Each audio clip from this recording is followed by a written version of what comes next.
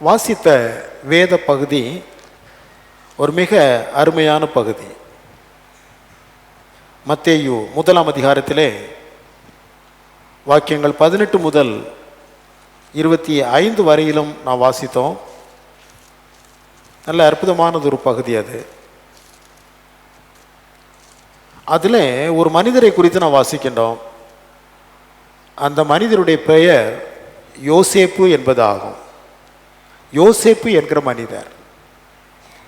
நாம் சற்று நேரத்துக்கு முன்பு பாடின அந்த பாடல் வாழ்வது கிறிஸ்துவுக்காக, அதில் கடைசி அடி கிறிஸ்துவுக்காக வாழ்ந்தோரை வாழ்நாளில் நாமும் என்ன செய்ய வேண்டும்? பின்பற்ற வேண்டும். அவர்கள் சென்ற பாதையிலே நாமும் சென்று வாழ்வில் என்ன செய்ய வேண்டுமா? ஜெயித்திட வேண்டும். அல்லேலூயா. நமக்கு முன்பு முன்னோடிகளாக ஏராளமான மக்கள் ஓடி இருக்கின்றார்கள். அவர்களை குறித்து தான் எபிரேயருக்கு எழுதப்பட்ட நிருபத்தில் 12ஆம் அதிகாரம் அந்த 1வது வாக்கியத்திலே வாசிப்போமேயானால் 12:1 வாசிக்கின்ற பொழுது, ஆகையால் மேகம் போன்ற இத்தனை திரளான சாட்சிகள் நம்மை சூழ்ந்து கொண்டிருக்க என்று எழுதப்பட்டிருக்கிறது. அதற்கு முந்தின அதிகாரத்தில் 11ஆம் அதிகாரம் முழுவதிலும் நன்றாய் ஓடி முடித்த அநேகம் விசுவாச மக்களின் சாட்சி குறித்து சொல்லப்பட்டிருக்கிறது. வெற்றிகரமாய் ஓட்டத்தை முடித்ததான விசுவாச மக்கள் பட்டியலிட்டு விட்டு 12ஆம் அதிகாரத்தின் துவக்கத்திலே இத்தனை திரளான சாட்சிகள், மேகம் போன்ற இத்தனை திரளான சாட்சிகள் நம்மை சூழ்ந்து கொண்டிருக்க. ஸோ விசுவாச வாழ்க்கையில் ஏராளமான மக்கள் மிக நேர்த்தியாக அவர்கள் ஓடி முடித்திருக்கின்றார்கள். அவனை இவனை பார்த்த அல்ல, விசுவாச ஓட்டத்தில் நேர்த்தியாய் ஓடி முடித்த மக்களின் வாழ்வை நாம் முன்வைத்து அவர்கள் சென்ற பாதையில் நாமும் என்ன செய்ய வேண்டுமா? சென்று ஜெயிக்க வேண்டும். வாழ்வில் என்ன செய்ய வேண்டும்? ஜெயிக்க வேண்டும். பார்த்து கொள்ளுங்கள். நம்முடைய வாழ்க்கையிலே நாம் மேன்மையான மனிதர்களாக விளங்க வேண்டும். மேன்மை மிக்க மனிதர்கள் அநேகர் வேதத்திலே சொல்லப்பட்டிருக்கின்றார்கள். அதில் ஒருவரை குறித்து நாம் சிந்திக்க போகிறோம். நேற்றைய தினம் என்று எண்ணுகிறேன், காலையிலே தினமும் 1 நிமிடம் என்கிற ஒரு செய்தி வரும். அதிலே நான் இவ்விதமாய் குறிப்பிட்டிருப்பேன், கிறிஸ்தவ சபைகளில் அதிகம் பேசப்படாத ஒரு மனிதர் என்று வகைப்படுத்த வேண்டுமையானால் அதில் யோசேப்பு தான் முதலாவது இடத்திலே நிற்பார். யாரையெல்லாமோ பற்றி நாம் அநேக செய்திகள் கேட்போம், பேசுவோம். ஆனால் யாரை பற்றி தான் அதிகமாக பேசுகிறதே இல்லை? யோசேப்பை குறித்து பேசுகிறதே இல்லை. ஆகவே அதிகம் பேசப்படாத மக்களுடைய பட்டியலை எடுத்தால் முதல்ல யோசேப்பை தான் போட வேண்டும். அதிகம் பேசப்பட வேண்டிய மக்களின் பட்டியல் என்று தொகுத்தாலும் அதில் முதலாவது யார் பெயர் தான் வர வேண்டும்? யோசேப்பின் பெயர் தான் வர வேண்டும். நான் சொல்வது புரிகிறதா? அதிகம் பேசப்படாத மக்களின் பட்டியலிலும் யார் தான் முதல்ல நிற்கிறார்? யோசேப்பு. அவரை குறித்து நம்ம அதிகமாக பேசுறதே இல்லை. எந்த செய்தியிலும் யோசேப்பு குறித்து பேசுறதே இல்லை. யார் அதிகமாய் பேசப்பட வேண்டும் என்று ஒரு பட்டியல் எடுத்தால் அதில் யார் தான் முதலாவது நிற்பார்? யோசேப்பு தான் முதலாவது நிற்க வேண்டும், நிற்பார். அவ்வளவு அருமையான ஒரு கேரக்டர், ஒரு நல்ல ஒரு பண்பாளர் யோசேப்பு. பார்த்து கொள்ளுங்கள். அவரிடத்திலே நாம் கற்றுக்கொள்ள வேண்டிய அநேக பாடங்கள் இருக்கிறது. அவருடைய வாழ்வை முன்வைத்து நாம் கற்றுக்கொள்ள வேண்டிய அநேக சிறப்பான லட்சணங்கள், பாடங்கள் உண்டு. பார்த்து கொள்ளுங்கள். அதைத்தான் சற்று நேரம் நாம் இன்றைக்கு சிந்திக்கலாம் என்று சொல்லி நினைக்கின்றேன். இந்த யோசேப்பை குறித்த வரையில் அதிகம் இங்கே பேசப்படவில்லை. மத்தேயுல 1ஆம் அதிகாரத்திலே பேசப்படுகிறது, 2ஆம் அதிகாரத்திலும் வருவார். அப்புறம் லூக்கா 2ஆம் அதிகாரத்தில் 1ஆம் அதிகாரத்தில் அவரை குறித்து நாம் பார்க்கலாம். அதிகமாய் அவரை குறித்து வேத வாக்கியங்கள் இல்லை. ஆனால் சொல்லப்பட்டிருக்கிற அந்த பகுதிகளை எடுத்து பார்க்கின்ற பொழுது அவரிடத்திலிருந்து நாம் அறிந்து கொள்ள வேண்டியதும் பின்பற்ற வேண்டியதுமான ஏராளமான விஷயங்கள், நல்ல குணாதிசயங்கள் அவரிடத்திலே காணப்படுகிறது. ஒன்று ஒன்றாய் நாம் தியானிக்க இருக்கிறோம். முதலாவதாக அவரை குறித்து வேதம் சொல்லும்போது அவர் நல்லவரும் நீதிமானுமாய் இருந்தார் என்று சொல்லப்பட்டிருக்கிறது. பார்த்து கொள்ளுங்கள். 19வது வாக்கியம், அவள் புருஷனாகிய யோசேப்பு நீதிமானாய் இருந்து. எப்படி பண்ண மனிதராக இருந்தாரா? நீதிமானாய் இருந்தார் என்று வேதாகமம் நமக்கு சாட்சி கொடுக்கிறது. இந்த சூழ்நிலை உங்களுக்கு தெரியும். மரியாள் அம்மா யோசேப்பிற்காக திருமணம் செய்வதற்கென்று நிச்சயிக்கப்பட்டிருக்கின்றார்கள். நிச்சயதார்த்தம் முடிந்திருக்கிறது. என்ன முடிஞ்சிருக்கு? என்கேஜ்மெண்ட் செரிமனி முடிந்து விட்டது. யூதர்களுடைய வழக்கத்திலே 29 வயது வரையிலும் அவன் இளைஞன்தான், சிறு பிள்ளை. 29 வயசு வரல அவன் எப்படிப்பட்ட ஆளு? சிறு பிள்ளை தான் அவன். 30 வயது வந்த உடனே அவன் புருஷன் ஆகிறான். அப்பதான் இந்த மேன்ஹுட் அப்படின்னு சொல்லுவாங்க. மேன்ஹுட் என்று சொன்னால் மனித பருவம். 29 வயதுல வரையில சிறு பிள்ளை, அரியா பிள்ளை, அரியா பருவம் என்று சொல்லிவிடுவார்கள். 30 வயது ஆகிவிட்டால் அவன் மனிதன் ஆகிவிட்டான். புருஷ பருவம், மனித பருவம். 30 வயது ஆன உடனே அந்த பையனை கூட்டிட்டு போய் யூதர்களுடைய வழக்கில் காலங்காத்தால பார்த்தீங்கன்னா அங்கே ஒரு நீதிமன்றம் மாதிரி ஒன்று கூடிடுவாங்க. ஊர்க்கூட்டம் டெய்லி. கிராமங்களில் என்ன இருக்கும்? டெய்லி ஊர்க்கூட்டம் இருக்கும். எங்கள் ஊரில் இருந்திருக்கு. நான் சிறு பிள்ளையாக இருந்து வரல, இப்போ தான் கிடையாது. இப்போ ஒருவன் சொன்னால் ஒருவன் கேட்க மாட்டான், ஒருவன் சொன்னால் நினைச்ச மாட்டான், ஒருவன் கேட்க மாட்டான். அன்றைக்கெல்லாம் உயர்ந்த பெரிய மனிதர்கள் வந்து எல்லாம் டெய்லி ஊர்க்கூட்டம் நடைபெறும். சின்ன சின்ன வழக்குகள்லாம் வரும். 500 ரூபா அவதாரம்பாங்க. உடனே என்னால் தாங்க முடியாதுன்னு காலில் விழுவான்.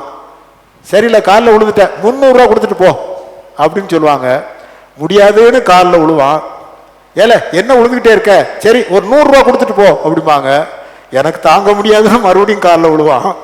ஏல 50 ரூபா கொடுத்துட்டு போ, என்னால் தாங்க முடியாதுன்னு சொல்லுவான்.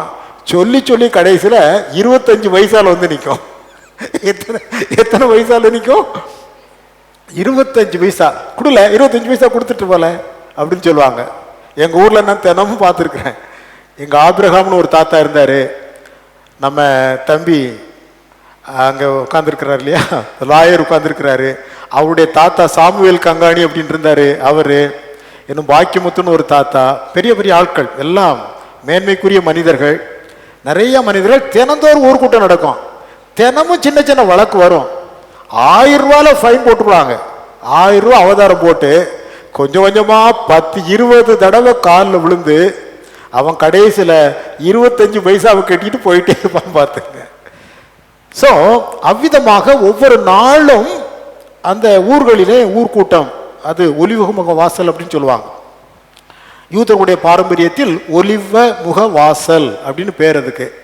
அந்த வாசலில் வந்து ஊருக்கு வாசலில் வந்து உட்காந்துருவாங்க. சின்ன சின்ன வழக்குகள் அதெல்லாம் வரும். ஒரு பையனுக்கு 29 வயசு வரலாம், சிறு பையன்.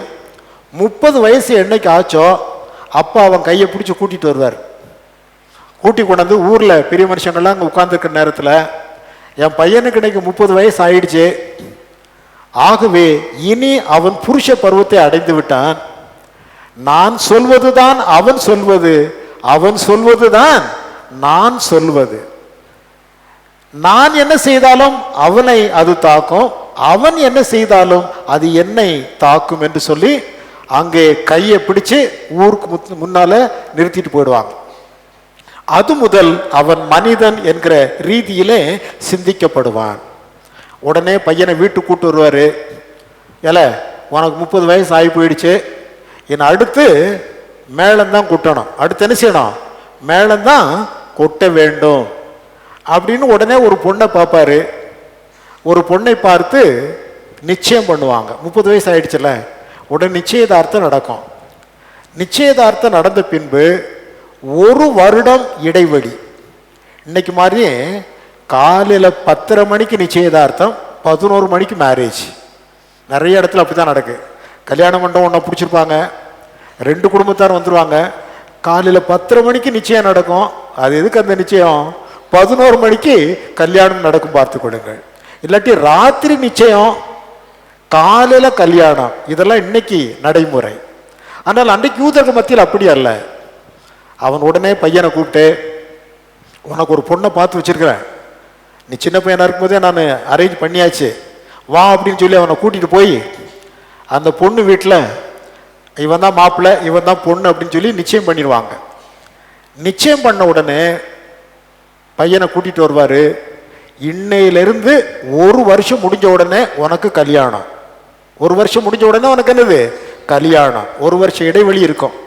நிச்சயத்திற்கும் திருமணத்திற்கும் இடையில 1 வருஷம் இருக்கும். அந்த சமயத்தில் அப்பா பையனை பார்த்து, நீ போய் நீயும் உன் மனைவியும் வாழ்க்கை நடத்துவதற்கு முதல்ல ஒரு வீட்டை கட்ட வேண்டும் அப்படின்னு சொல்லிடுவார். அவன் அந்த 1 வருஷ காலத்தில் மகனுக்கு இருக்கிற ஒரே பணி என்ன தெரியுமா? வீட்டை கட்டணும். வீட்டை கட்டி முடிச்சிடணும், அப்போ தான் கல்யாணம். கல்யாணத்துக்கு முன்னால் அவன் வீடு கட்டிடுவான். வீடு கட்டி அவர்கள் 2 பேரும் தனி குடித்தனம் வைக்கப்படுவார்கள். அந்த 1 வருஷ காலத்தில் இவன் வீடை கட்டிக்கிட்டு இருக்கிற நேரத்தில், இவ பொண்ணு வீட்டில் இருக்கிற காலத்தில் ஏதாவது தப்பு தவறாக நடந்து கர்ப்பவதின்னு கண்டுட்டாங்களோ அவளை வெளியே இழுத்து கொண்டு அந்த ஊர் கூட்டத்தில் நிறுத்தி அவ்வளோ பேரும் கல்லெடுத்து என்ன செய்வாங்க? எரிந்து கல்லெறிந்தே அவளை கொண்டு போடுவார்கள். அது சோதிப்பதற்கு தான் அந்த காலம். ஆகவே இந்த 1 வருஷமும் ரொம்ப பத்திரமாய் தன்னை பார்த்து கொள்வாள், ஒழுக்கத்தில் நிறுத்தி கொள்வாள். அதற்கு பின்பு திருமணம் நடக்கும், பார்த்து கொள்ளுங்கள். ஆண்டவராய் இயேசு கிறிஸ்து இந்த உலகத்திலே தம்முடைய பிதாவின் ஊழியத்தை செய்யும்படியாய் புறப்பட்டு வந்த நேரம் எப்போதான்? 30 வயது. அதுவரையிலும் தாயின் வீட்டிலே தகப்பனுடைய வீட்டிலே தச்சு தொழில் செய்து கொண்டு அவர் வாழ்க்கை நடத்தி கொண்டிருந்தார். 30 வயதான போது வெளியே வருகின்றார். ஞானஸ்தானம் பெற்ற உடனே மேலிருந்து அப்பா சொல்றாரு, இவர் என்னுடைய நேசகுமாரன், இவரில் நான் பிரியமாயிருக்கிறேன். ஆகவே அவர் என்ன சொல்லுகிறாரோ அதன்படியே செய்யுங்கள். அவர் சொல்றதுதான் நான் சொல்றது, நான் சொன்னதான் அவர் சொல்லுவாரு. ஆகவே அவர் என்ன சொல்லுகிறாரோ அதன்படியே செய்யுங்கள். அதனால்தான் ஆண்டவர் பின்னால சொல்வாரு, நான் என் சுயமாய் பேசுகிறதில்லை, என் பிதாவானவர் பேச காண்பது எதுவோ அதையே குமாரனாகிய நானும் என்ன செய்கிறேன்?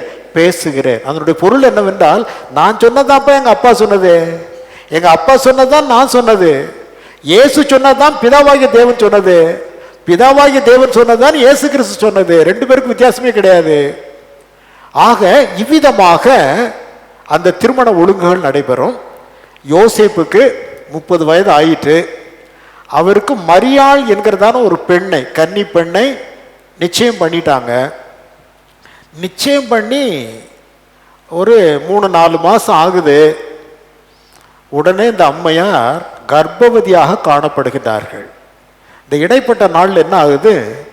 ஒரு நாள் தேவதூதன் மரியாளுக்கு முன்னால தோன்றி, நீ கர்ப்பவதியாகி ஒரு குமாரனை பெறப்போகிறாய். அம்மா அப்படியே பதறிட்டாங்க, பார்த்துங்க. ஐயோ, நான் புருஷனை அறியேனே, நான் புருஷனை அறியேனே, என்னை சரியாய் காத்து கொண்டிருக்கிறேனே. பயப்படாதே, பரிசுத்த ஆவி உன்மேல் வரும், பரிசுத்த ஆவி உன்மேல் வரும், உனக்குள் பிறக்கிறது பரிசுத்தமாய் இருக்கும். உடனே உமது அடியாள் உமக்கு சித்தமானபடி செய்யும் அப்படின்னு அம்மா ஒப்பு கொடுத்துருவாங்க. இங்க மாத்திரம் சொன்னா போதாதுல, அங்க அதுக்குள்ள விஷயம் பரவி போச்சு. யாருக்கு? யோசேப்புக்கு. யோசேப்பு, நீ ஒரு பெண்ணை நியமிச்சிருந்தேல மனைவியாக, அவ கர்ப்பமா இருக்கிறாப்பா. அவ எத்தனை வருஷம், எத்தனை மாதம்? 3-4 மாசம் என்ன ஆயிட்டு? கர்ப்பம் ஆயிட்டாப்பா. யோசேப்புக்கு எப்படி இருக்கும்? எப்படி இருந்திருக்கும்? ஆனால் அந்த மனிதன் நல்லவனும் நீதிமானுமாய் இருந்தார். அவர் எப்படிப்பட்டவராக இருந்தாரு? நல்லவனும் நீதிமானுமாய் இருந்தார். இந்த பெண் ஒரு நீதிவாட்டியாக இருந்தால், ஆகவே அவனை கர்த்தர் தமக்காக தெரிந்து கொண்டார். இந்த சூழ்நிலை ஏற்றுக்கொள்ளக்கூடிய மனப்பக்கம் வேணும்ல. அப்படிப்பட்ட மனப்பக்குவம் யோசேப்பினிடத்தில் இருந்தது என்பதை ஆண்டவர் அறிந்தபடியினாலே யோசேப்பை கர்த்தர் தெரிந்து கொண்டார். இல்லாட்டி அன்னைக்கு பெரிய பிரச்சனை ஆயிருக்கும். பெரிய பிரச்சனையாகி ரொம்ப ரொம்ப அசிங்கமாலாம் ஆயிருக்கும். அன்னை மரியாளை கல்லெறிந்தே கொண்டே போட்டிருப்பார்கள். ஸோ இப்படிப்பட்ட சூழ்நிலையில் யார் சரியாக செயல்படுவான் என்பதை கர்த்தர் அறிந்து வைத்திருந்தார். நேர யோசேப்பிட்ட போனார். நைட்ல யோசேப்பிட்ட தூதன் போயிட்டு அவர் அப்படியே மனசு கலங்கி குழம்பி போயிருக்கிறார். என்ன செய்வது, மரியாள் நல்ல பெண்ணாயிட்டே, அவளுக்கு சேதம் ஒன்றும் ஏற்படக்கூடாது என்று சொல்லுகிற ஒரு வித்தியாசமான கோணத்தில் சிந்தித்து கொண்டே இருக்கின்றார். அப்பொழுது தூதன் போய் அங்கே யோசேப்பை பார்த்து, உனக்கு நியமித்திருக்கிற பெண்ணாகிய மரியாளை சேர்த்துக்கொள்ள என்ன செய்யாதே, ஐயப்படாதே, அவளிடத்தில் உண்டாயிருக்கிறது பரிசுத்த ஆவியினால் உண்டாயிருக்கிறது, ஆகவே அவளுக்குள் பிறக்கிறது பரிசுத்தமாய் இருக்கும், அவருக்கு இயேசு என்று பெயரிடு, ஏனெனில் அவர் அநேக ஜனங்களுடைய பாவங்களை நீக்கி என்ன செய்வார், தமது ஜனங்களின் பாவங்களை நீக்கி அவர்களை ரட்சிப்பார். விழித்தெழுந்தார். உடனே அந்த மனிதன் பாருங்கள், மரியாளை எவ்வித சேதம் ஏற்படாதபடி பார்த்து அந்த பெண்ணுக்கு பாதுகாப்பாக இருந்து உரிய நேரத்தில் குமாரனாய் இயேசு கிறிஸ்து பிறந்து வருவதற்கு அவரே அனுகூலமாய் இருந்தார். இதெல்லாம் எப்படி ஏன் நடந்தது என்று சொன்னால், அந்த மனிதன் எப்படிப்பட்டவராய் இருந்தாராம், நீதிமானாய் இருந்தார். எதையும் சிந்தித்து செயல்படுகிற பேசுகின்ற ஒரு மனிதனாக அவர் காணப்படுகின்றார். நம்முடைய வாழ்க்கையில் ரொம்ப முக்கியம். கிறிஸ்துவர்களாகிய நாம் நம்முடைய வாழ்க்கையில் நம்முடைய வார்த்தைகளில் நம்ம ரொம்ப ரொம்ப சுத்தமுடையவர்களாக இருக்க வேண்டும். பார்த்து கொள்ளுங்கள். we are representing God. நாம் எந்த இடத்தில் நின்று கொண்டிருந்தாலும் நாம் யாரை பிரதிநிதித்துவப்படுத்துகிறோம், இயேசு கிறிஸ்துவை பிரதிநிதித்துவப்படுத்துகின்றோம். எந்த இடத்துல நின்னாலும் நம்ம என்ன யோசிக்கணும் தெரியுமா, இந்த இடத்தில் இயேசு நின்று பேசினால் அவர் எப்படி பேசுவார், அந்த விதத்தில் நம்முடைய பேச்சுக்கள், நம்முடைய நடைமுறை பாவனைகள், நம்முடைய எண்ணங்கள், சிந்தனைகள் இவையெல்லாம் நீதிக்குட்பட்டதாக காணப்பட வேண்டும் என்பதை நாம் புரிந்து கொள்ள வேண்டாம். நாம் பேசுகின்ற பொழுது, நாம் பழகுகின்ற பொழுது நம்முடைய சிந்தனைகள், எண்ணங்கள் இவைகளெல்லாம் எவ்விதமாய் இருக்கிறது என்பதை நாம் சிந்தித்து பார்க்க வேண்டியது அவசியம். யோசேப்பு நல்லவரும் எப்படி இருந்தாரு, நீதிமானாய் இருந்தார். நீதிமானாய் இருந்ததினால் அவரை கர்த்தருடைய கண்கள் கண்டது. ஒரு பெரிய பணிக்கு யோசேப்பை கர்த்தராகி தேவன் அவர் தெரிந்தெடுத்தார். பார்த்து கொள்ளுங்கள். அவர் நீதிமானாய் இருந்தபடியினாலே உலகத்தில் மனிதனாய் இயேசு கிறிஸ்து தேவன் பிறந்து வருகிற வேளையில் அவருக்கு தகப்பனாகும்படியான ஒரு பெரிய ஸ்லாக்கியம் அவருக்கு உண்டாயிற்று. நம்முடைய வாழ்க்கையில முதல்ல நாம் நீதிமான்களாக விளங்க வேண்டும். ஆண்டவராய் இயேசு கிறிஸ்துடைய ரத்தத்தினாலே நாம் நீதிமான்கள் ஆக்கப்பட்டிருக்கிறபடியால், ஆண்டவருடைய இயேசு கிறிஸ்துடைய ரத்தம் நம்மிடத்தில் செய்த முதலாவது பணி என்ன தெரியுமா, பாவிகளாய் இருந்த நம்மை என்ன செய்திருக்கிறாராம், நீதிமான்கள் ஆக்கி இருக்கின்றார். ரோமருக்கு எழுதப்பட்ட நிருபத்தில் 5ஆம் அதிகாரம் 9வது வாக்கியம் இப்படி சொல்லுகிறது பாருங்கள். இப்படி நாம் அவருடைய இரத்தத்தினாலே நீதிமான்கள் ஆக்கப்பட்டிருக்கிறபடியால், யாருடைய இரத்தத்தினால், இயேசு கிறிஸ்துடைய இரத்தத்தினாலே நாம் நீதிமான்கள் ஆக்கப்பட்டிருக்கிறபடியால். முதலாவது வாக்கியம் சொல்லுகிறது அதே அதிகாரத்தில், இவ்விதமாக நாம் விசுவாசத்தினாலே நீதிமான்கள் ஆக்கப்பட்டிருக்கிறபடியால். அப்ப நமக்கெல்லாம் என்ன பேரு, நமக்கெல்லாம் என்ன பேரு, நீதிமான்கள். அப்ப நீதிமான்களா இருக்கணும்ல, நீதிமான்களா இருக்கணும்ல. நமக்கு பேரே ஆண்டவர் அப்படி வச்சுட்டாரு. இங்க இருக்கிற ஒவ்வொருவருக்கும் ஒவ்வொரு விதமான பேர் உண்டு. என் பேரு தனராஜ், இங்க இருக்கிற ஒவ்வொருவருக்கும் பெயர் உண்டு. ஆனால் தேவன் நம்ம எல்லாம் பார்க்கின்ற பொழுது வித்தியாசமான பேர்ல பார்க்கிறது இல்ல. இயேசு கிறிஸ்துவுக்குள்ளாக நாம் எல்லாம் எப்படிப்பட்டவர்களாம், நீதிமான்கள். நாம் நீதிமான்கள் என்கிற பெயரை நமக்கு சூட்டி இருக்கின்றார். வித்தியாசமான பெயர்களெல்லாம் நாம் அழைக்கப்பட்டாலும் நமக்கு இருக்கிற முன்பு இருந்த பொதுவான பெயர் அத்தனை பேரும் பாவிகள். அத்தனை பேருக்கு என்ன பேரு? பாவிகளாய் இருந்த நம்மை இப்ப புதிய பெயருக்குள்ளாய் கொண்டு வந்திருக்கிறார். அந்த பேரு நீதிமான்கள் என்பது. அப்ப நம்முடைய வாழ்க்கையும் எப்படி இருக்க வேண்டும்? நீதிமான்களாக நாம் இருக்கிறோமா என்பதை சிந்தித்து பார்க்கணும். இரண்டாவதாக, பிறரை அவமதிக்க விரும்பாத வாழ்க்கை. பிறர் என்ன செய்ய விரும்பவில்லை? அவமதிக்க விரும்பாத வாழ்க்கை. அவள் புருஷனாகிய யோசேப்பு நீதிமானாய் இருந்து அவளை அவமானப்படுத்த மனதில்லாமல் வந்து சொல்றாங்க, இந்த மாதிரி உனக்கு நியமிக்கப்பட்டிருந்த பெண் வந்து கர்ப்பவதி ஆயிட்டா. உடனே சாதாரண மனிதனாய் இருந்தால் என்ன செஞ்சிருப்பான் தெரியுமா? வந்து அவளை கையை பிடிச்சி இழுத்து நேர ஊர்கூட்டத்தில் கொண்டு வந்து நிறுத்தி, பாருங்க, எனக்கு நியமிக்கப்பட்டிருந்த பெண் கல்யாணம் முடியல, அதுக்குள்ள இவள் கர்ப்பவதி ஆகிவிட்டாள் என்று சொல்லி ஊருக்கு மத்தியில் நிறுத்தி கல்லெறிந்து கொள்வதற்கு செய்திருக்க வேண்டும். ஆனால் யோசேப்பு நீதிமானாய் இருந்தபடியினால் அவளை அவமானப்படுத்துவதற்கு அவருடைய மனது ஒப்புக்கொள்ளவில்லை. அவளை அவமானப்படுத்த மனதில்லாமல் என்று நாம் அங்கே பார்க்கிறோம். பார்த்து கொள்ளுங்கள். பிறரை அவமதிக்க விரும்பாத வாழ்க்கை. ரகசியமாக டிவோர்ஸ் பண்ணிடலாம், ரகசியமா இந்த பொண்ணு வேண்டாம் அப்படிங்கிற மாதிரி ரகசியமா ஏதாவது பண்ணி தள்ளி விட்டுறலாம் என்று எண்ணிக்கொண்டிருக்கிற பொழுதுதான் தூதன் தோன்றி, நீ பயப்படாதே, ஐயப்படாதே, அவளுக்குள் பிறக்கிறது இரட்சகராகிய இயேசு கிறிஸ்து என்று அங்கே சொன்ன உடனே ஏற்றுக்கொள்கிறார். ஆக பிறரை அவமதிக்கின்ற எண்ணமோ செயலோ நம்மிடத்தில் காணப்படக்கூடாது. முதலாவதாக நாம் நீதிமான்களாய் விளங்க வேணும். இரண்டாவது எப்படி இருக்கணும்? பிறரை எந்த விதத்திலும் அவமதிக்கும் எண்ணம் நமக்குள்ளே காணப்படக்கூடாது. அவமதிக்காதபடி அவரவருக்குரிய மரியாதை, அவரவருக்குரிய மதிப்புகளை நாம் கொடுக்க அறிந்திருப்போமே ஆனால் நாமும் மதிக்கப்படத்தக்க மக்களாக இந்த உலகத்தில் வாழ்வோம். ஒவ்வொருவருக்கென்று சில மரியாதைகள் இருக்கிறது, ஒவ்வொருக்கென்று சில ரெஸ்பெக்டிவிட்டி இருக்கிறது.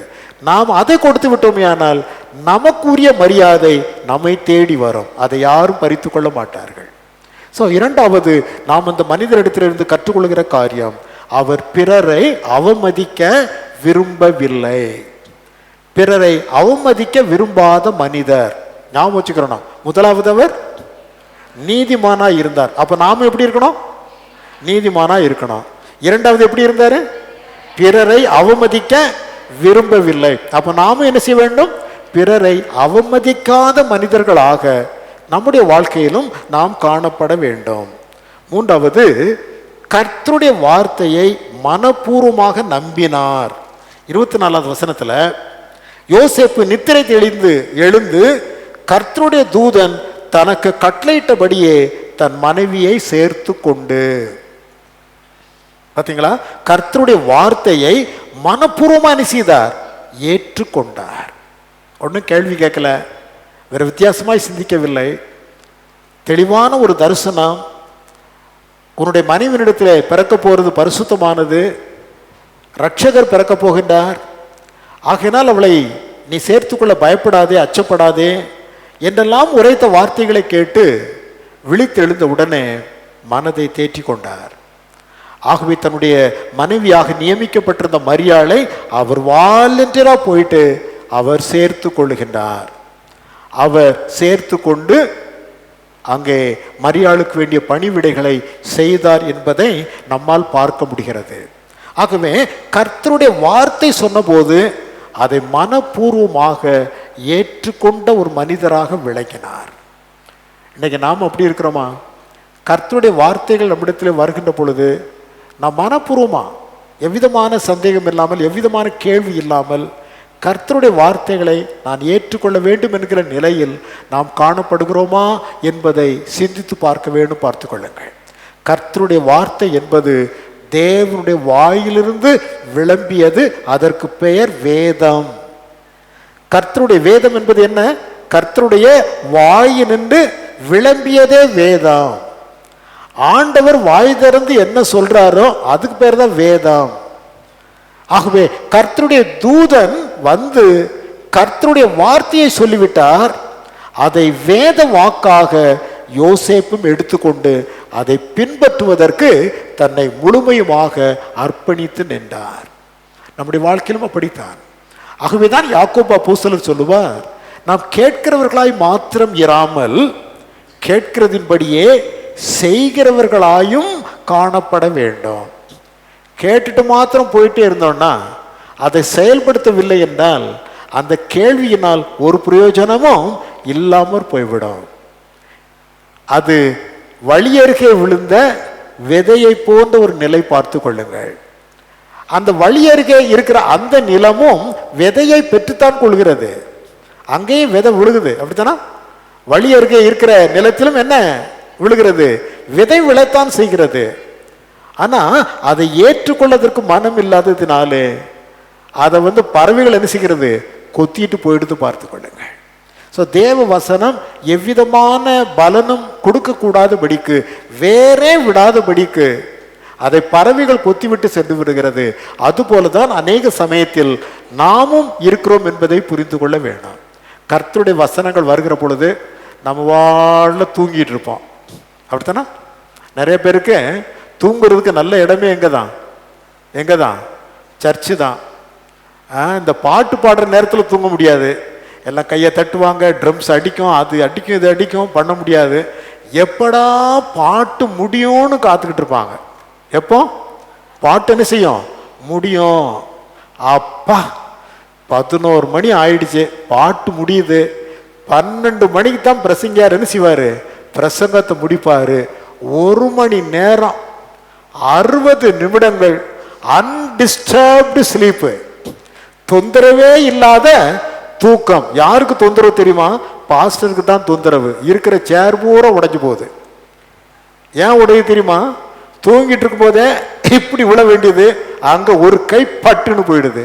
எத்தனை சேர் வெளியே கிடக்கு பாருங்க. அத்தனை சேரை நீங்க போய் சோதிச்சு பார்த்துட்டு போங்க. எல்லாம் அந்த கை ஊன்றதுக்கு பார்த்தீங்களா, அந்த இடத்துல தான் உடஞ்சிருக்கும்.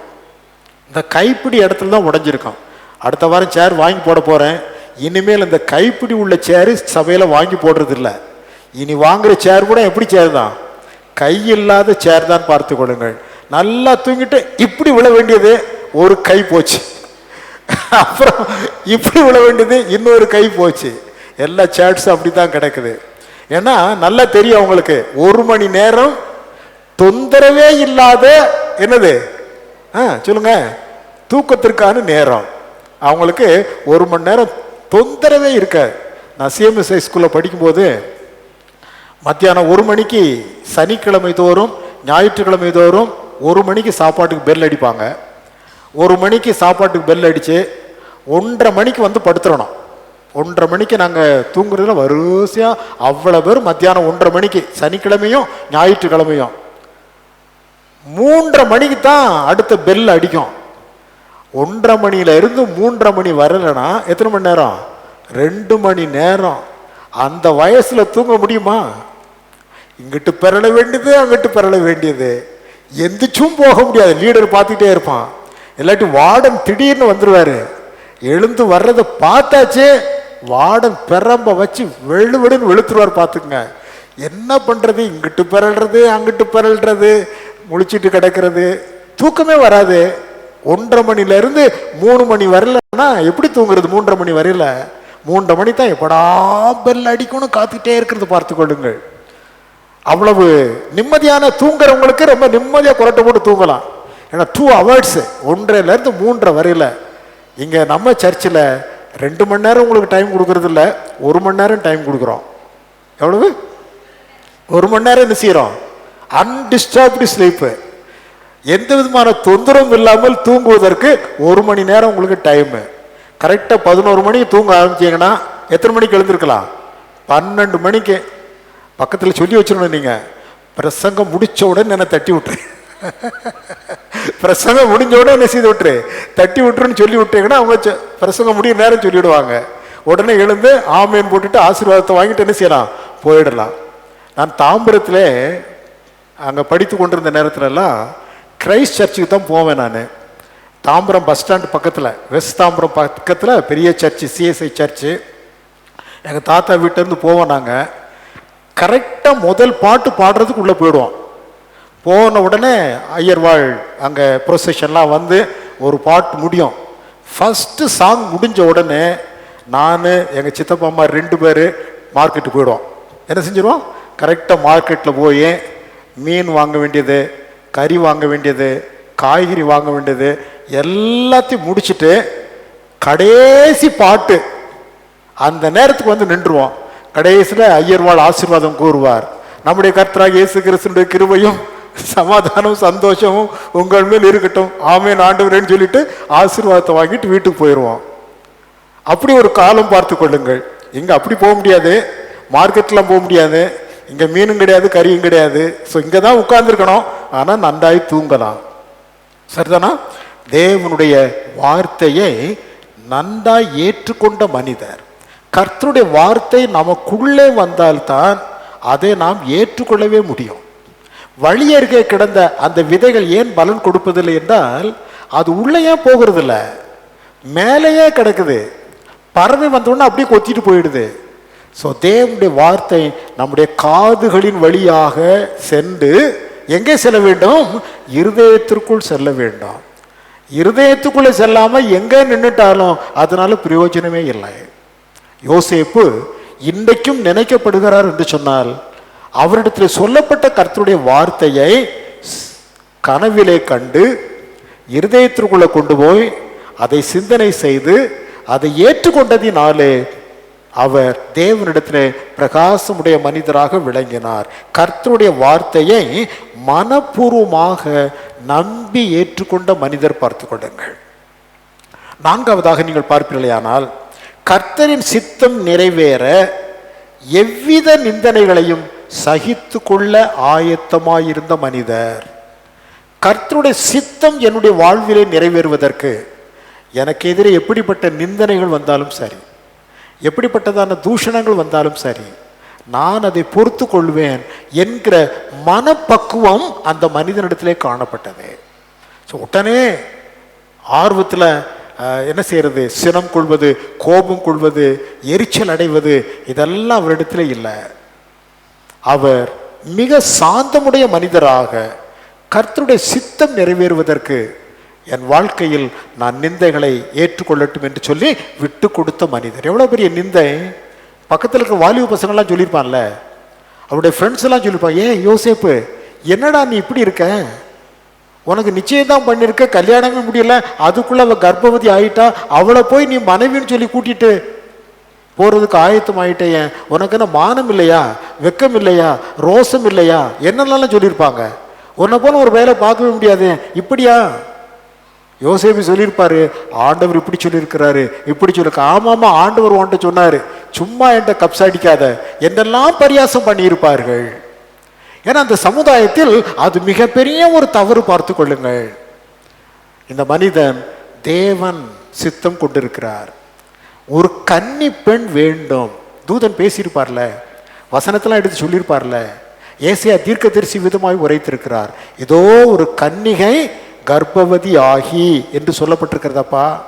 இந்த உலகத்தில் மேசியா பிறந்து வருவதற்கு ஒரு கன்னி பெண் அவசியம். அது உன்னுடைய மனைவி ஆகிய அந்த மரியாள் தான். உங்கள் திருமணம் நடைபெறுவதற்கு முன்பதாகவே அவள் கர்ப்பவதி ஆக வேண்டும் என்பது தீர்க்கதரிசியினாலேயே உரைக்கப்பட்டிருந்தது. ஆகையினால் அதன் நிறைவேறுதல் தான் இப்பொழுது வந்து நிறைவேறுகிறது. இடம் கொடு, சேர்த்துக்கொள், ஐயப்படாதே, கவலைப்படாதே என்றெல்லாம் தூதனானவர் அன்றைக்கு தரிசனத்தில் பேசியிருப்பார். ஆகவே ஆண்டவருடைய வார்த்தையை அப்படியே ஏற்றுக்கொண்ட, அதற்கு எவ்விதமான நிந்தைகள் தனக்கு எதிரே வந்தாலும் அதை பொறுமையோடு சகித்து கொள்வேன் என்கிறதான ஒரு மனப்பக்குவத்தை அந்த மனிதர் உடையவராக இருந்தார். நம்முடைய வாழ்க்கையிலும் அப்படித்தான். சில நேரங்களில் தேவ சித்தம் ஒன்றை நாம் செய்ய முற்படுவோம். பலர் பலவிதமாக பலிப்பார்கள், பலர் பலவிதமான வார்த்தைகளை சொல்லுவார். இவனுக்கு இந்த வேலை எதுக்கு, இவனுக்கு எதுக்கு இது, இப்படி என்னெல்லாமோ சொல்லி கொண்டிருப்பார்கள். ஆனால் நாமும் தேவன் நமக்கு நியமித்திருக்கிற ஓட்டத்திலே நாம் என்ன செய்ய வேண்டுமா, பொறுமையோடு ஓடுவதற்கு நிற்க வேண்டாம். சவுல் ராஜாவாக அபிஷேகம் பண்ணின போது அந்த மனிதனை பார்த்து அப்படித்தான் சொன்னாங்க, இஸ்ரவேலிலேயே மிக அழகு படைத்த மனிதன். அவனுடைய உயரத்திற்கு எவனுமே பக்கத்தில் நிற்க முடியாது. அவ்வளவு பேரும் கழுத்துக்கு தான் இருந்தாங்க. அவ்வளவு ஓட்ட சாட்டமான மனிதன், பார்த்து கொள்ளுங்கள். அந்த மனிதனை பார்த்து ஆண்டவர் அபிஷேக தைலத்தினால் சாமுவேல் மூலமாக அபிஷேகம் பண்ணிவிட்டார். உடனே அங்க இருக்கிற பேலியாளின் மக்கள், அந்த வாலிப பசங்க, செருக்கு பிடிச்ச பசங்க, இவன் நம்ம ரசிக்க போறான், என்ன பேசியிருப்பான்? அவன் அப்பானுடைய கழுதையை தேடி போன பயவன், கழுதையை தேடுறதுக்காக அப்பா அனுப்பி வச்சாரு. ஒண்ணுக்கு உதவாதவ, ஒரு காசுக்கு பெறமாட்டான் இவன், இவன் நம்ம ஆள போகிறானாக்கும் என்று பேசி கொண்டார்கள். எந்தெந்த மனிதனுக்கு விரோதமாக அவனுக்கு எதிரே பேசுறாங்க. ஆனால் வேதம் சொல்லுகிறது, சவுலோ அவைகளையெல்லாம் கேட்டும் காணாதவன் போல அவர் மௌனமாய் சென்று விட்டார். He was able to control himself. தன் இருதயத்தை, தன்னுடைய சிந்தையை அடக்காத, காத்து கொள்ளாத மனிதன் மதிலிடிந்த பட்டணத்திற்கு ஒப்பாயிருக்கிறான். எதற்கு ஒப்பாயிருக்கிறானா? தன் இருதயத்தை சரியாய் காத்து கொள்ளாத மனிதன் மதிலிடிந்த பட்டணத்தை போல் இருக்கின்றான். மதிலிடிந்த பட்டணம்னா எது வேணாலும் உள்ள வரும். நரியும் வரும், ஓரியும் வரும், கழுதையும் வரும், எல்லாம் வரும். பார்த்து கொள்ளுங்கள், என்ன மிருகங்கள் வேண்டுமானாலும் உள்ளே வரும்.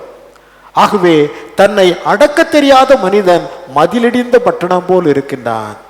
யோசேப்பு அப்படி அல்ல. அவர் தன்னை அடக்கி ஆள தெரிந்த ஒரு மனிதர். He was able to control himself. தன்னை அடக்கி ஆள தெரிந்ததான ஒரு மனிதர், பார்த்து கொள்ளுங்கள். ஆகவே எவ்வித நிந்தனைகளையும் சகித்து கொள்ளுகிற மனப்பக்குவம் அந்த மனிதனிடத்திலே காணப்பட்டது. ஐந்தாவதாக, தேவனுடைய சித்தம் நிறைவேறுவதற்கு தன்னை பூரணமாய் அர்ப்பணித்து நின்றார். தன்னை பூரணமாய் அர்ப்பணித்து நின்றார். தேவ சித்தம் நிறைவேற வேண்டும் என்பதிலே அத்தனை ஆர்வம் அவருக்கு. ஆகவேதான் மரியாள் பேரிலே குற்றம் சொல்லாவிட்டாலும் பரவாயில்ல, அவளை எப்படி சேர்த்துக்கிடுவாங்க. ஆனால் இந்த மனிதனோ தனக்கு மனைவியாக நியமிக்கப்பட்டிருந்த அந்த பெண்ணை சேர்த்து கொண்டு, அவளை அழைத்து கொண்டு, குடிமதிப்பெல்லாம் எழுதப்பட வேண்டும் என்பதற்காக தங்களுடைய சொந்த ஊருக்கு அவர் அழைத்து கொண்டு போய் குழந்தை பிறக்கும் வரைக்கும் அந்த பெண்ணை பத்திரமாய் பாதுகாத்து கொண்டார். தேவ சித்தத்திற்கு தம்மை முழுவதும் அர்ப்பணித்து கொண்ட ஒரு மனிதர். அன்னை மரியாளுக்கு பாசத்தையும் அந்த நேசத்தையும் காண்பித்தவர். ஆண்டவராய் இயேசு கிறிஸ்து குழந்தையாய் பிறந்து வருகிறவர் எந்த அதற்கு பாதுகாப்பாய் இருந்த ஒரு மனிதர். தேவ சித்தம் நிறைவேற வேண்டும் என்பதற்கு முழுமையுமாய் அர்ப்பணித்து கொண்ட ஒரு மனிதராகவே நாம் யோசேப்பை பார்க்கிறோம். பார்த்து கொள்ளுங்கள். 2:4 லூக்கா எழுதின நற்செய்தி நூல் 2ஆம் அதிகாரம் 4வது வசனத்தில் விதமாய் வாசிக்கிறோம் பாருங்கள்.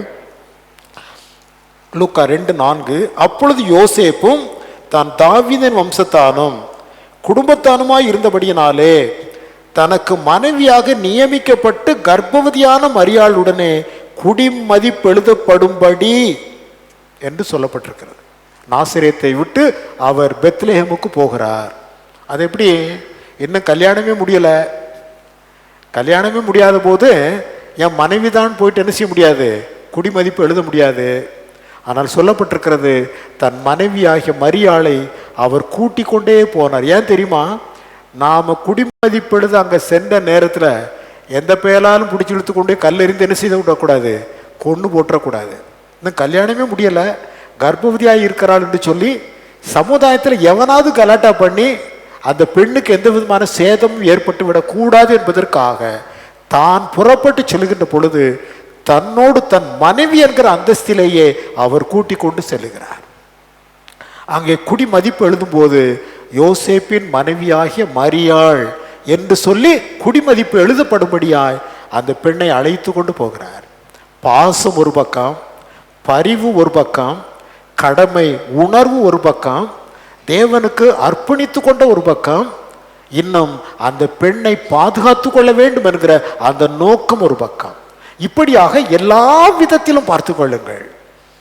அவர் தன்னை முழுவதுமாய் கர்த்தருடைய சித்தத்திற்கென்று அர்ப்பணித்து தன்னுடைய மனைவியின் மீது அத்தனை பாசம் காட்டிய மனிதராக நாம் அவரை பார்க்கின்றோம். முதலாவது நீதிமானாயிருந்தார். இரண்டாவது பிறரை அவமதிக்க விரும்பவில்லை. மூன்றாவது கர்த்தருடைய வார்த்தையை மனப்பூர்வமாக ஏற்றுக்கொண்ட மனிதர். நான்காவது கர்த்தரின் சித்தம் நிறைவேறுவதற்காக எவ்வித நிந்தனையையும் ஏற்றுக்கொள்ள சகித்துக்கொள்ள ஆயத்தமானவர். ஐந்தாவது கர்த்தருடைய சித்தம் நிறைவேற முழுவதும் தன்னை அர்ப்பணித்து கொண்டு தன்னுடைய கரத்தில் ஒப்புவிக்கப்பட்ட மரியாள் அம்மாவின் மீது பாசத்தையும் நேசத்தையும் பாதுகாப்பையும் காட்டியவர். ஆறாவதாக தேவன் விரும்பிய பரிசுத்தத்தில் நிலை நின்றவர். தேவன் விரும்பிய பரிசுத்தத்தில் நிலை நின்றவர். 25ஆம் வசனம் சொல்லுகிறது, அவள் தன் முதற் பேரான குமாரனை பெரும் அளவும் அவளை அறியாதிருந்து அவருக்கு இயேசு என்று பெயரிட்டான். ஸோ முதலாவது குமாரனை தேவனுடைய சித்தத்தின்படி இயேசு கிறிஸ்துவை பெற்றெடுக்கிற பரியந்தம் சரீர பிரகாரமாக மரியாளிடத்தில் சேராதபடிக்கு தன்னை பரிசுத்தமாய் காத்து கொண்ட மனிதன் பார்த்து கொள்ளுங்கள். அது அவரிடத்தில் காணப்படுகிற ஒரு மிகப்பெரிய ஒரு லட்சணமாக விளங்குகிறது. He protected himself righteously. நீதிமானாக, நீதி உள்ளவராக, பரிசுத்தத்திலே தன்னை நிலைநிறுத்தி கொண்ட மனிதராக காணப்படுகிறார். முதல் பேரானவரை பெற்றெடுக்கும் வரையிலும் அந்த பெண்ணை அறியாதிருந்து அவளோடு சரீர பிரகாரமாக எவ்வித சேர்க்கையும் இல்லாமல் அந்த பெண்ணை பாதுகாத்து பத்திரப்படுத்தி வழி நடத்தினார் என்பதையும், தன்னையும் சரீர பிரகாரமாக கெடுத்து போடாதபடிக்கு காத்து கொண்ட மனிதராயும் பரிசுத்தம் உள்ளவராயும் விளங்கினார் என்பதை அந்த வாக்கியம் நமக்கு தெளிவாக எடுத்து காண்பிக்கிறது. அவள் தன் முதற் பேரான குமாரனை பெரும் அளவும் அவளை அறியாதிருந்து, அந்த அறிதல் என்கிற அந்த வார்த்தைக்கு பார்த்தீங்களா, வேதத்தில் சொல்லப்பட்டிருக்கிற இடத்துல எல்லாம் ஒரு ஆணுக்கும் பெண்ணுக்கும் இடையிலே காணப்படுகிற சரீர பிரகாரமான உறவை சுட்டுவதற்குத்தான் அறிதல் என்கிற வார்த்தை உபயோகப்படுத்தப்பட்டிருக்கிறது. ஆதாம் தன் மனைவி ஆகிய ஏவாளை அறிந்து காயினை பெற்றெடுத்தார். அங்க சோதோமில் அந்த ரெண்டு பேரை வெளியே கொண்டு வாருங்கள், நாங்கள் அவர்களை அறிய வேண்டும் அப்படிம்பாங்க. இந்த அறிதல் என்று சொன்னால் அது சரீர பிரகாரமாக ஒன்றிணைகின்ற ஒரு பாலியல் வார்த்தை. அது இங்கே அதைத்தான் வேதம் இங்கே சொல்லப்பட்டிருக்கிறது. முதற் பேரானவரை பெற்றெடுக்கும் அளவும் அவளை அவர் என்ன செய்யவில்லையாம், அறியாதிருந்து சரீர பிரகாரமாக அவளை தீட்டுப்படுத்தாதபடிக்கு தன்னையும் காத்து கொண்டார், மரியாள் அம்மாவையும் அவர் பாதுகாத்து கொண்டார் என்பதை நம்மால் பார்க்க முடிகிறது. பார்த்து கொள்ளுங்கள். ஏழாவதும் கடைசியுமாக கிறிஸ்து குறித்து சொல்லப்பட்ட நற்செய்தியை மனதார விசுவாசித்து ஏற்றுக்கொண்டார். கிறிஸ்துவை பற்றி என்ன சொல்லப்பட்டது? அவருக்கு கிறிஸ்துவை பற்றி என்ன சொல்லப்பட்டது? முன்பு அங்கே வாசிக்கிறோம் பாருங்கள், 21வது வாக்கியத்திலே, அவள் ஒரு குமாரனை பெறுவாள், அவருக்கு இயேசு என்று பெயரிடுவாயாக, ஏனெனில் அவர் தமது ஜனங்களின் பாவங்களை நீக்கி அவர்களை ரட்சிப்பார். அங்க தூதன் சொல்றார், அந்த குழந்தை பிறக்கின்ற பொழுது இயேசுன்னு பெயரிடுப்பா, ஏனென்றால் அவர் ஜனங்களின் பாவங்களை நீக்கி என்ன செய்வார், அவர்களை ரட்சிப்பார். அதை அப்படியே ஏற்றுக்கொண்டார். மரியாளிடத்தில் பிறக்க போவது உலக ரட்சகர், உலகத்தில் இருக்கிற மனுமக்களின் பாவங்களை ரட்சித்து மீட்க போகிற மீட்பாளர் பிறக்க போகிறார் என்கிற சத்தியத்தை தூதன் சொன்னதை அப்படியே மனதில் உள்வாங்கி கொண்டு அதை நம்பி விசுவாசித்து குழந்தை பிறந்த உடனே அவருக்கு இயேசு என்று பெயரிட்டான். யோசேப்பு அந்த குழந்தைக்கு என்ன பெயரிட்டாரு? இயேசு என்று பெயரிட்டான். எல்லாம் கேட்டிருப்பாங்க, ஏப்பா உங்க குடும்பத்தில் இயேசுங்கிற பேர் யாருக்குமே இல்லையே, இயேசுன்னு பேரிடுறிய? அப்படிதான் கேட்டாங்க யோவான்கிட்ட. யோவானுடைய தகப்பனாகிய சகரியா யோவான் என்று எழுதி கொடுத்த போது இவருக்கு என்ன பேர் வைக்கணும்னு கேட்குறாங்க. அப்போ ஒரு சிலேட்டில் யோவான் அப்படின்னு எழுதி கொடுக்குறாரு சகரியா. உடனே எல்லாம் கேட்குறாங்க, உங்கள் குடும்பத்தில் அப்படி ஒரு பேரே இல்லையே, யோவானுங்கிற பேரே உங்கள் குடும்பத்தில் யாருக்கு இல்லையே, யோவான்னு பேரிட சொல்லுகிறாயே.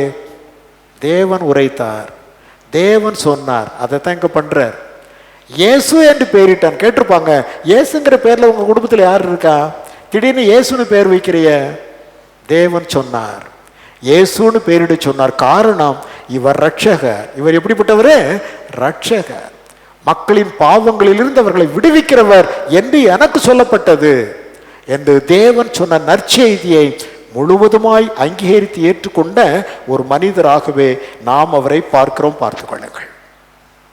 ஆக இப்படிப்பட்ட லட்சணங்கள் எல்லாம் இந்த ஒரு பெரிய மேன்மைக்குரிய மனிதரிடத்திலே காணப்பட்டது. வேதாகமத்தில் காணப்படுகிற அநேக மேன்மைக்குரிய மக்கள் உண்டு. அவர்களிலே முதலாவது வைக்க வேண்டுமேயானால் என்னை பொறுத்தவரையிலே யோசேப்பு தான். அவ்வளவு அற்புதமான லட்சணங்களை கொண்ட மனிதர். குறைந்த ஆயுள் தான் அவருக்கு இருந்திருக்கும் போல இருக்கிறது. அவருடைய மரணத்தை பற்றியதான டீட்டெயில்ஸ் எல்லாம் தெரியல, விளக்கங்கள் தெரியவில்லை. ஆனால் பாரம்பரிய குறிப்புகளிலே சொல்லிக்கிறாங்க, இயேசு கிறிஸ்து இளம் வயதில் இருக்கும்போதே யோசேப்பு மரித்து விட்டதினால் அவர்தான் தச்சு தொழில் செய்து அம்மாவையும் அதற்கு பின்பு பிறந்த பிள்ளைகளையும் வளர்த்து ஆளாக்க வேண்டிய பொறுப்பை ஆண்டவர் செய்தார் என்பதாக பாரம்பரியமாய் சொல்லப்பட்டு வருகிறது. அப்போ இளம் வயதிலே, இயேசு கிறிஸ்துடைய இளம் வயதிலேயே அப்பா மரித்து போனார். ஒரு குறுகிய காலம்தான் வாழ்ந்த போதிலும் அந்த மனிதருடைய வாழ்க்கை என்பது மிக அற்புதமானதாய் இந்த பூமியிலே காணப்பட்டது. பார்த்து கொள்ளுங்கள். நாம் எவ்வளவு நாட்கள் இந்த பூமியிலே வாழ்கிறோம் என்பது முக்கியமல்ல, நாம் வாழ்கிறதான காலத்தில் எவ்விதம் வாழ்ந்து கொண்டிருக்கிறோம் என்பதைத்தான் உலகம் பேசும் என்பதை புரிந்து கொண்டு நம்முடைய வாழ்க்கை அத்தனை சிறப்புடையதாக எல்லா நிலைகளிலும் அது காணப்பட வேண்டும். நாம் பாடினோம் அல்லவா, வாழ்வின் அனைத்து நிலைகளிலும் சிறப்புடையோராய் வாழ வேணும். வாழ்வது கிறிஸ்துவுக்காக. ஆகவே கிறிஸ்துவுக்காக வாழ்கின்ற வாழ்க்கை அனைத்து நிலைகளிலும் எப்படி காணப்பட வேணும்? சிறப்புடையதாய் காணப்பட வேணும். இந்த மனிதன் நீதிமானாய் இருந்தார், பிறரை அவமதிக்க விரும்பாத மனிதனாக விளங்கினார், கர்த்தருடைய வார்த்தையை மனப்பூர்வமாய் நம்பி ஏற்றுக்கொண்டார், கர்த்தரின் சித்தம் நிறைவேறுவதற்காக நிந்தனைகளையும் சகித்துக் கொள்வதற்கு ஆயத்தமானார், தேவ சித்தத்திற்கு முழுவதும் தம்மை அர்ப்பணித்து தம்முடைய கருத்தில் ஒப்படைத்த அன்னை மரியாள் அவர்களை பாதுகாத்து பராமரித்து கொண்டார், தேவன் விரும்பிய பரிசுத்தத்திலே நிலைத்திருந்தார், கிறிஸ்து பற்றி சொல்லப்பட்ட நற்செய்தியை முழு மனதார ஏற்றுக்கொண்டு அதற்கு பாத்திரமாக நடந்து கொண்ட ஒரு மிகப்பெரிய மேன்மையுள்ள மனிதர். பார்த்து கொள்ளுங்கள். உலகத்தில் நீதிமான்களாக தேவனுடைய பிள்ளைகளாக அழைக்கப்பட்டிருக்கிற நம்முடைய வாழ்க்கையில் ஓரளவாகிலும் மேன்மையை நாம் காத்து கொள்ள வேணும். Because we are all God's children. நாமெல்லாம் தேவனுடைய பிள்ளைகள் என்று அழைக்கப்படுகிறோம். ஆகையினால் தேவனுடைய பிள்ளைகளாக அழைக்கப்பட்டிருக்கிற நாம் குறைந்தபட்ச அளவில் ஆகிலும் தேவ நீதியை, தேவ பரிசுத்தத்தை, தேவன் விரும்புகிற வாழ்க்கையை நாம் உலகத்திலே வாழ வேணும். நமக்கு பக்கத்தில் இருக்கிற மனிதன், நம்முடைய உள்ளான மனிதனை அவனால் பார்க்க முடியாது. அட்லீஸ்ட் நாம் வாழ்கின்ற விதத்தை வைத்து நமக்கு பக்கத்தில் இருக்கிற மனிதன், இவன் நல்லவன் தான்ப்பா, இவன் பரவாயில்ல, இவனும் மோசம் இல்லை என்று சொல்லக்கூடிய விதத்திலே தேவ மக்கள் இந்த உலகத்தில் வாழ்ந்தே ஆக வேண்டும். அப்பொழுதுதான் தேவனுடைய நாமம் நம்மை கொண்டு மகிமைப்படும். இல்லை என்றால் நம் நிமித்தம் புறஜாதிகளுக்குள் தேவனுடைய நாமம் தூஷிக்கப்படுகிறதே என்று சொல்லப்படுகிறது. தேவனுடைய நாமம் புற இனத்துக்கு மக்களுக்கு மத்தியிலே தூஷிக்கப்படாதபடிக்கு நம்முடைய எண்ணம், சிந்தை, வார்த்தைகள் எல்லாம் நேர்த்தியாய் காணப்பட வேண்டாம்.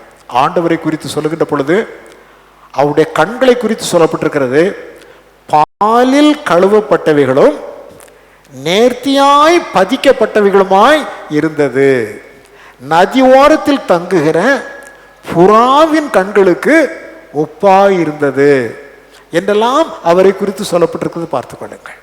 சூலமித்தியாள் பாடுவாள், அவருடைய நேசரை குறித்து பாடுவாள். இன்றைக்கு நம்மை பற்றி ஆவியானவர் என்ன சொல்லுவார்? நமக்கு பக்கத்தில் இருக்கிற மனிதர்கள் நம்மை குறித்து என்ன சொல்வார்கள்? ஆகவே உலகத்தில் வாழ்கின்ற காலத்தில் மேன்மையுள்ள மக்களாக தேவ மக்கள் அவர்கள் வாழ்ந்து கொண்டிருக்கிற பகுதிகளிலே வாழ வேணும். நாம் வாழ்ந்து கொண்டிருக்கிற பகுதியிலே வெளிச்சம் காண்பித்து பிரகாசிக்கின்ற மக்களாக விளங்க வேணும். இங்கே ஒரு மெழுகுவத்தியை கொளுத்துனா அதுக்கு 60 நாள் வெளிச்சம் கொடுக்க போகிறதில்ல, அப்படித்தானா? இங்கே ஒரு மெழுகுவத்தியை ஏற்றுறீங்கன்னு வச்சுங்க, கருமல்லூர்ல இருக்கிற மக்களுக்கு இது வெளிச்சம் கொடுக்குமா? என்ன செய்யும்? இந்த இடத்தில் இருளை போக்கி வெளிச்சத்தை கொடுக்கும். அதுபோல தேவ மக்கள் தாங்கள் இருக்கிற இடத்தில் வெளிச்சத்தை கொடுக்கிறதான பிரகாசிக்கிற மக்களாக விளங்கிவிட்டால், இந்தியாவில் வாழ்கின்ற 3 கோடி பேரும் அவ்விதமாய் விளங்கி விடுவார்களே, ஆனால் இந்தியாவே ஒளி பெற்றுவிடும். அல்லேலூயா! இந்தியாவே என்ன செய்துவிடும்? ஒளி பெற்றுவிடும். இருள் நீங்கும், ஒளி பெற்றுவிடும். அதற்கு நம்முடைய வாழ்க்கை தான் பிரகாசப்படுத்துகிற ஒளி விளக்குகள் என்பதை அறிந்து நாம் வாழ்வோமாக.